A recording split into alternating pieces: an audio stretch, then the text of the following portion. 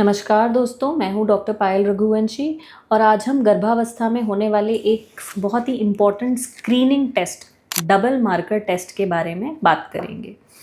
अक्सर पेरेंट्स की ये कोशिश रहती है कि वो अपने बेबी के लिए क्या क्या टेस्ट करा सकते हैं वो ये जानें और उसकी जानकारी सही तरीके से प्राप्त करें। इस वीडियो के माध्यम से हम ये जानेंगे डबल मार्कर टेस्ट क्या होता है, इसे कैसे करा जाता है, इसमें क्या देखते हैं, इसे कौन से हफ्ते में किया जाना चाहिए और इसका रिजल्ट जो है वो कैसे पढ़ा जाए। डबल मार्कर टेस्ट होता है प्रेगनेंसी के 11th वीक 11वें से 13वें हफ्ते के बीच में। इसे एंटी स्कैन यानी कि नेजल ट्रांसलूसेंसी NT-NB स्कैन के साथ किया जाता है।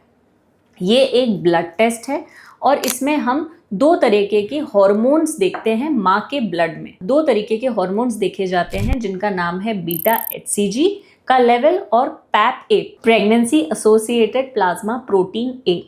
इन दोनों के लेवल्स के हिसाब से बेबी में क्रोमोसोमल अबनॉर्मेलिटीज का रिस्क असेसमेंट किया जाता है, यानी बच्चे में कहीं कोई जेनेटिक क्रोमोसोमल अबनॉर्मेलिटी तो नहीं है, ये टेस्ट के रिजल्ट बताते हैं।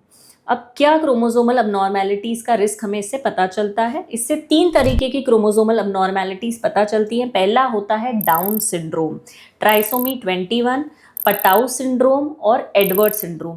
3 तरह की क्रोमोसोमल अबनॉर्मेलिटी हैं जिन्हें हम इस टेस्ट के माध्यम से पता कर सकते हैं, क्योंकि यदि ये क्रोमोसोमल अबनॉर्मेलिटी बच्चे में है या होने का चांस है तो ये बच्चा मेंटली फिजिकली डिसेबल्ड हो सकता है। आगे इस बच्चे के साथ बहुत ज़्यादा प्रॉब्लम्स हो सकती हैं।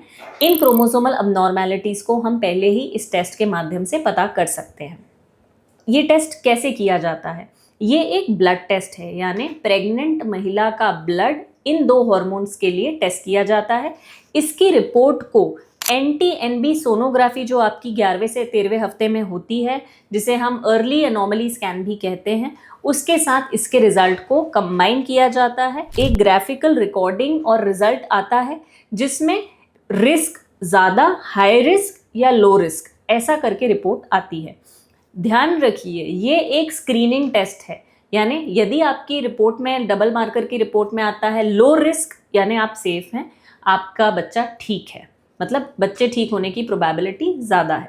यदि ये रिपोर्ट में आता है हाई रिस्क यदि आता है, इसका मतलब है कि बच्चे में ये क्रोमोसोमल अबनॉर्मेलिटीज़ होने का चांस ज़्यादा है। अब ये नहीं बता सकता कि होगी कि नहीं होगी, ये सिर्फ रिस्क बता रहा है कि चांसेस, प्रोबेबिलिटी ज़्यादा है। इसको कंफर्म करने के लिए आगे टेस्ट किए जाते हैं, जिनमें से कुछ टेस्ट होते हैं कोरियोनिक विलस सैम्पलिंग, एमनियोसेंटेसिस और कोरियोनिक विलस सैम्पलिंग। ये जो टेस्ट हैं ये कंफर्मेटरी टेस्ट हैं। इसमें बच्चे की कुछ सेल्स को ग्रो किया जाता है और उस पर टेस्ट लगाए जाते हैं, जिससे ये कंफर्म होता है कि क्या सच में इस बच्चे को ये क्रोमोसोमल अबनॉर्मेलिटीज़ हैं।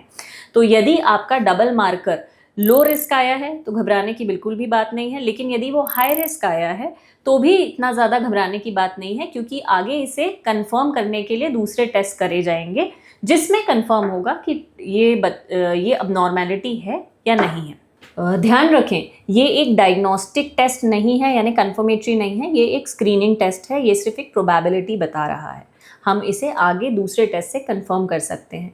अब ये किन लोगों में ज़रूरी है? गाइडलाइंस के अकॉर्डिंग, WHO RCOG गाइडलाइंस के according double marker test compulsory हर पेशेंट के लिए है, यानी हर प्रेग्नेंट पेशेंट का NT-NB स्कैन और डबल मार्कर का combined screening 11th through 13th week यानी 11वें से 13वें हफ्ते की प्रेगनेंसी में होना कंपलसरी है। तो ध्यान दें, चाहे आप किसी भी एज ग्रुप के हों, आप कहीं से भी बिलोंग करते हों, आपको ये दोनों टेस्ट अपने प्रेगनेंसी के पहले 3रे महीने में, यानी जब 3रा महीना ख़त्म होता है तब ये करवाना ज़रूरी है। इसे कंबाइंड फर्स्ट ट्राइमेस्टर स्क्रीनिंग भी कहा जाता है। आशा करती हूँ डबल मार्कर टेस्ट से रिलेटेड ये जानकारी आपको समझ में आई होगी।